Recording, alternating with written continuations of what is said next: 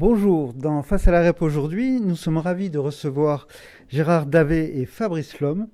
Ils viennent à Pau présenter à l'espace culturel Leclerc du Parvis leur dernier livre commis en commun, Le traître et le néant, une enquête consacrée à Emmanuel Macron, paru chez Fayard. Alors on ne présente plus Davet et Lhomme, comme on dit.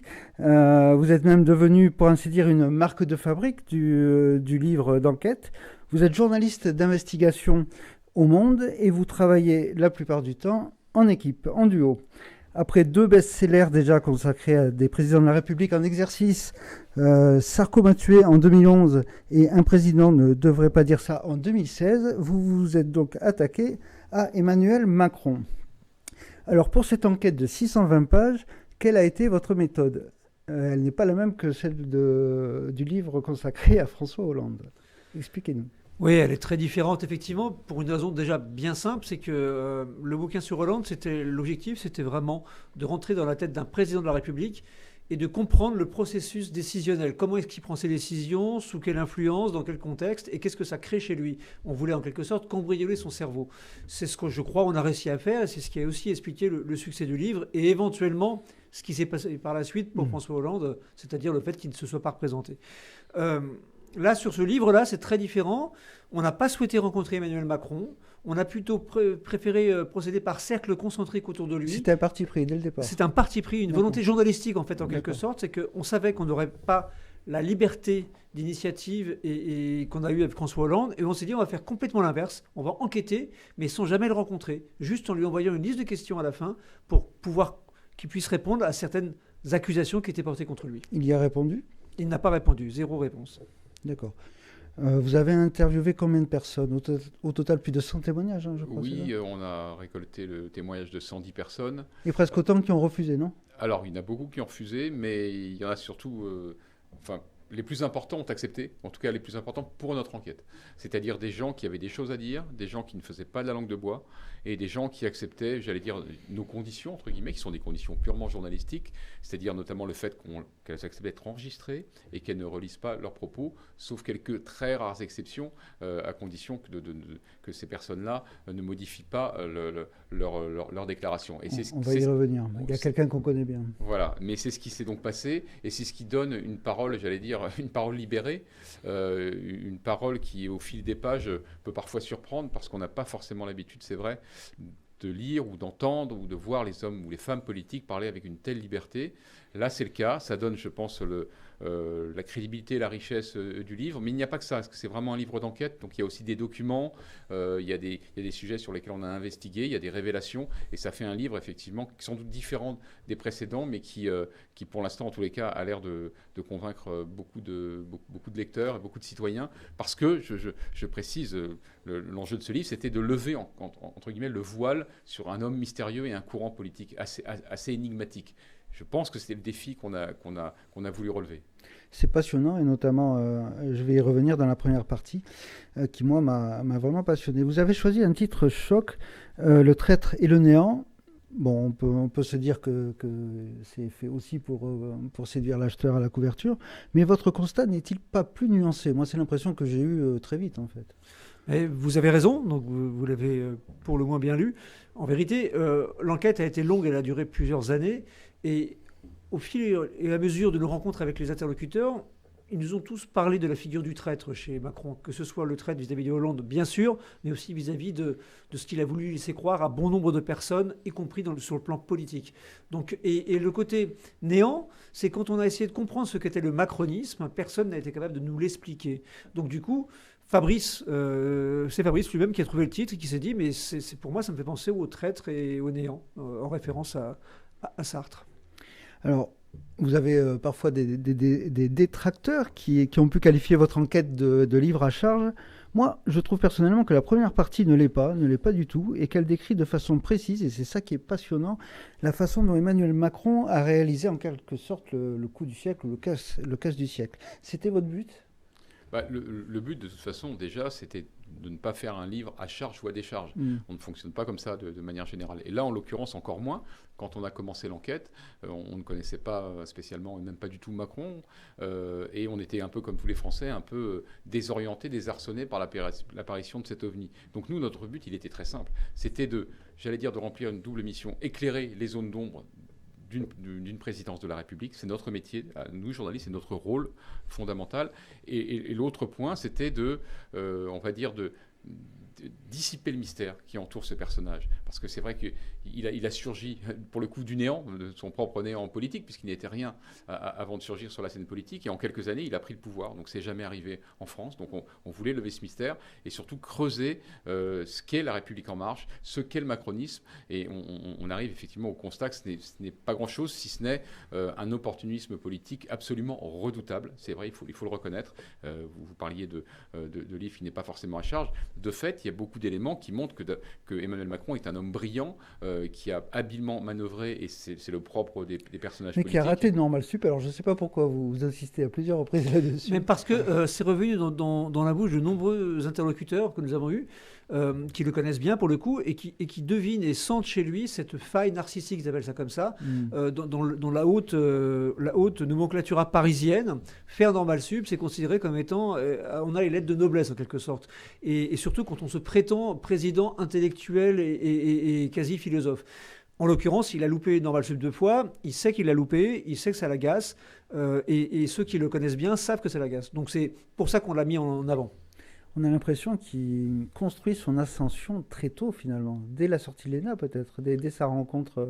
Oui, absolument. C'est sa vocation présidentielle, contrairement à l'image qui a pu être répandue notamment par ses proches, qui ont toujours soutenu qu'il avait saisi une opportunité en 2016, voyant que le président Hollande était affaibli et qu'il fallait quelqu'un qui se sacrifie finalement pour y aller. Pas du tout. Il a toujours eu cette idée en tête.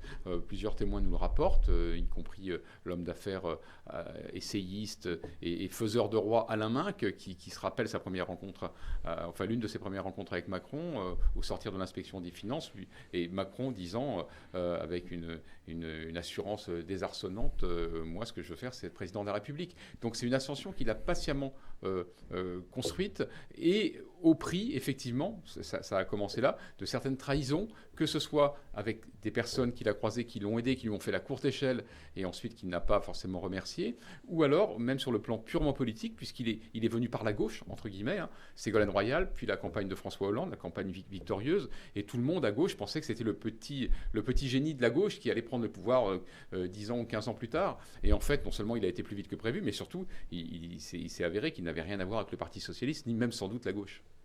Justement, la trahison, le coup de poignard dans le dos, le fait même de tuer le père, est-ce que ce n'est pas le passage obligé de l'homme de pouvoir? Il y a plusieurs cas dans la Ve République. Oui, la trahison, on pourrait dire que c'est quasiment consubstantiel à l'art de la politique. Bien sûr, on a des milliers d'exemples, sans remonter jusqu'à Jules César, mais objectivement, ce qui s'est passé avec François Hollande et Emmanuel Macron, on est dans un cas d'espèce, c'est vraiment la trahison pure, absolue et totale. On n'a pas jamais fait bien mieux, notamment en termes de préparation. Vous parliez tout à l'heure de préparation. Si on consacre de bonnes pages et longues pages à cette préparation, à cet assassinat politique, c'est parce que justement on a voulu vraiment l'illustrer comme une enquête policière, c'est-à-dire comment ça s'est préparé, chez qui, la conjuration, le complot, comment est-ce qu'on met ça en place, avec quelle personne. On voit bien que tout était préparé et millimétré. Et c'est ça qui vraiment fait la différence avec, par exemple, Balladur et Chirac. Là, il y a vraiment une volonté de tout préparer et sous la ligne de flottaison, c'est-à-dire que personne ne se rend compte, ou quelques-uns qui alertent Hollande, mais Hollande, lui, il est affublé d'une cécité politique absolue. C'est ce qui est incroyable, c'est autant la trahison de Macron que l'aveuglement de Hollande. D'ailleurs, on a l'impression, parce qu'il reparle à nouveau beaucoup dans ce livre, François Hollande, que autant il est lucide après coup sur Emmanuel Macron, ce qu'il a voulu faire, autant sur son propre aveuglement, il l'est pas encore. Non, c'est sans doute, j'allais dire, trop difficile pour lui de reconnaître qu'il s'est fait quand même avoir dans les grandes largeurs, alors que personne ne peut contester le fait que François Hollande soit un homme expérimenté, intelligent, qui a des intuitions, qui est un vrai politique depuis toujours, et pourtant il n'a pas vu parce qu'il n'a pas voulu voir. Ça fait partie des choses qui apparaissent à travers ce livre, c'est d'où vient cet aveuglement et notamment du fait, même si je renvoie à la lecture détaillée, mais notamment du fait que Hollande s'est projeté sur Emmanuel Macron, il l'a vu comme son successeur, son fils spirituel, et a priori, vous n'êtes pas trahi par votre propre fils. Et là, sans doute qu'il s'est trompé parce que c'était pas le rapport que comptait entretenir Emmanuel Macron. Macron, ce qu'il voulait, c'était le pouvoir, tout simplement. Passons au néant.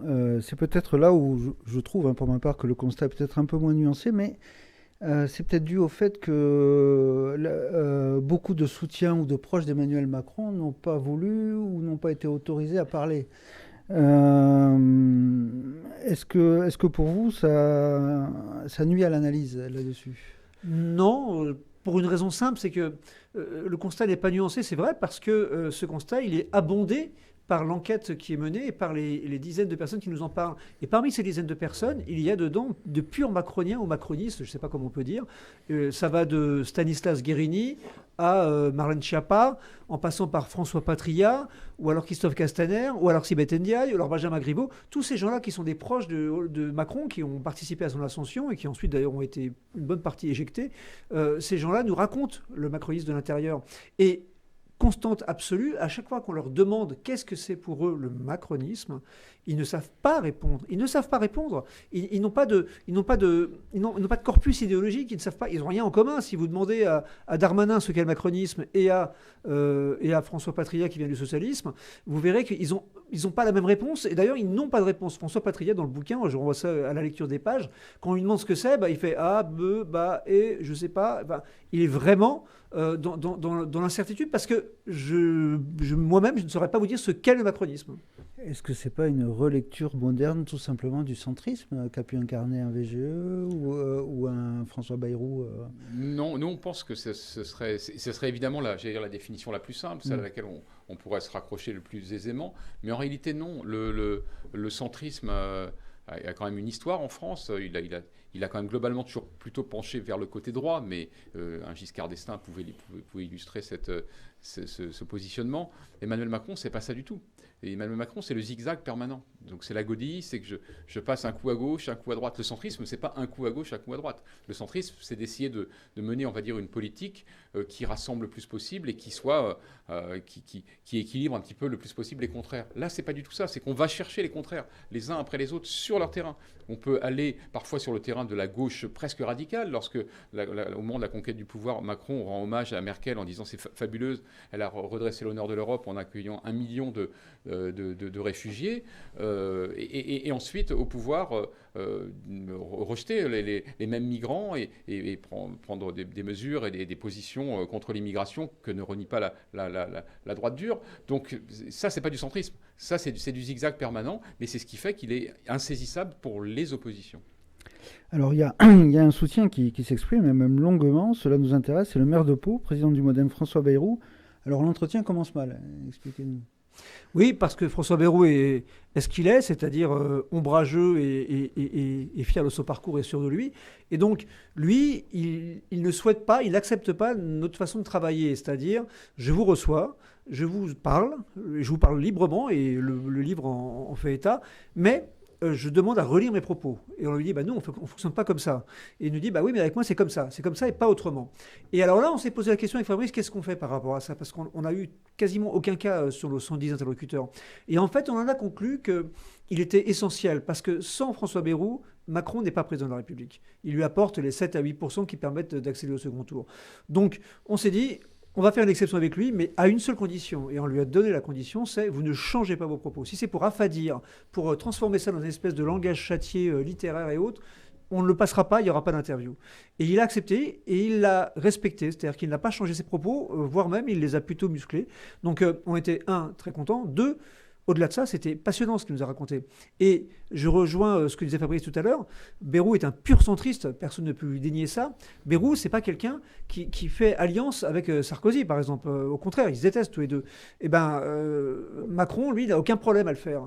Bayrou, quand il y a une enquête préliminaire qui le concerne, ou Bayrou, je ne sais pas comment on dit, il a une enquête préliminaire qui le concerne, il est ministre de la Justice, il démissionne immédiatement. Aujourd'hui, Dupond-Moretti est mis en examen, il est toujours en place et tout le monde s'en fout. Donc Bayrou et le centrisme, il y a des valeurs précises. Et ces valeurs précises, elles ne sont pas du tout dans le corpus de Emmanuel Macron. On voit que la relation est complexe entre les deux hommes, parce qu'au départ, il voulait se présenter. Je sais, moi je l'avais suivi, j'y étais, il pensait vraiment se présenter et il avait du mal à cerner ce qu'était cet ovni. Ils ont dû s'apprivoiser les deux. Exactement, ils se sont reniflés, on va dire, comme deux animaux politiques qu'ils sont, l'un étant évidemment plus expérimenté et âgé que l'autre. Mais justement, c'est parce que François Bayrou, quoi qu'on pense de ses idées, est un homme qui a une expérience, j'allais dire, pas irremplaçable, mais énorme. Il sait, il sent les choses.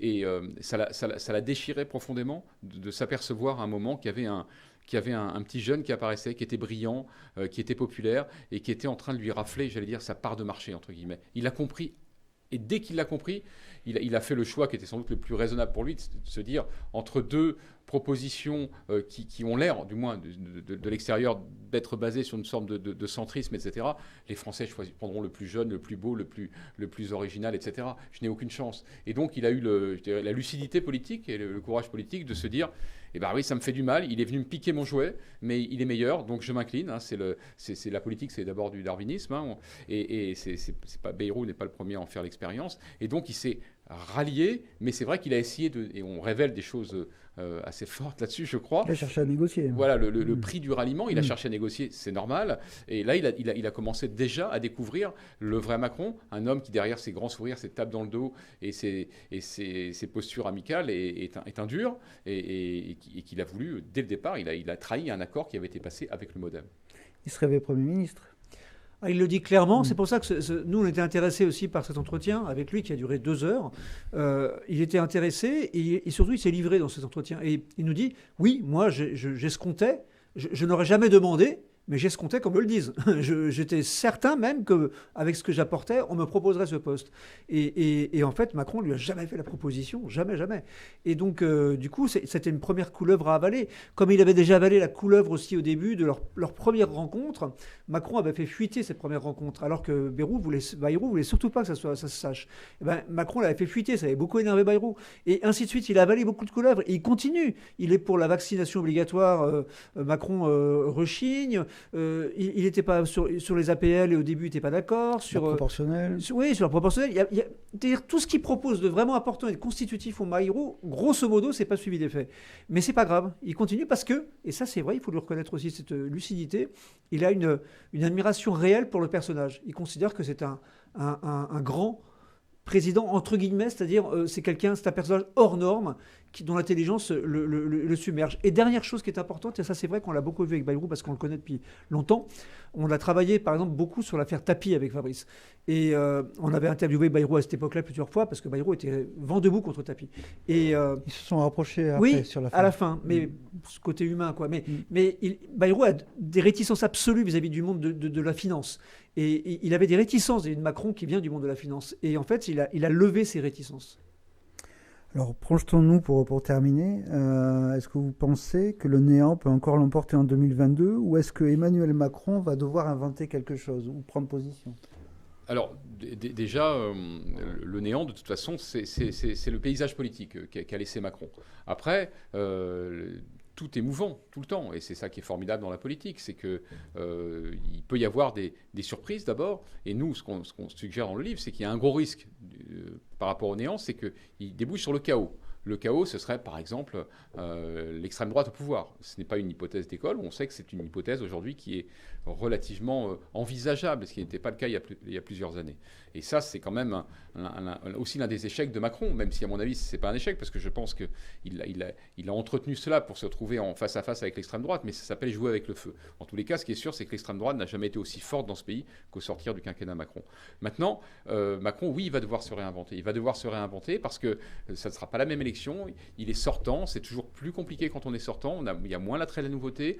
Il a certes un socle de popularité qui est important, mais il a aussi, j'allais dire, un socle d'impopularité de l'autre côté qui est aussi très important. C'est-à-dire qu'il y a une base qu'il adore, qui le vénère, mais qui reste minoritaire dans le pays. Et il y a quand même une majorité de pays qui le rejettent totalement. Et donc, il doit se réinventer a fortiori à la lumière de la dernière élection interne à la droite, qui probablement peut mettre en lumière Valérie Pécresse, qui peut être un danger pour lui en termes de positionnement. Mais faites-lui confiance, on l'a vu, il arrive à rebondir en permanence, à se remettre en cause, c'est hyper pragmatique, et s'il lui faut prendre une autre posture et s'afficher complètement à droite, complètement à gauche, il le fera suivant ses intérêts.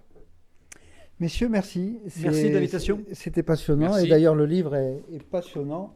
Je vous le conseille, Le Traître et le Néant, chez Fayard. Merci. Merci. Merci.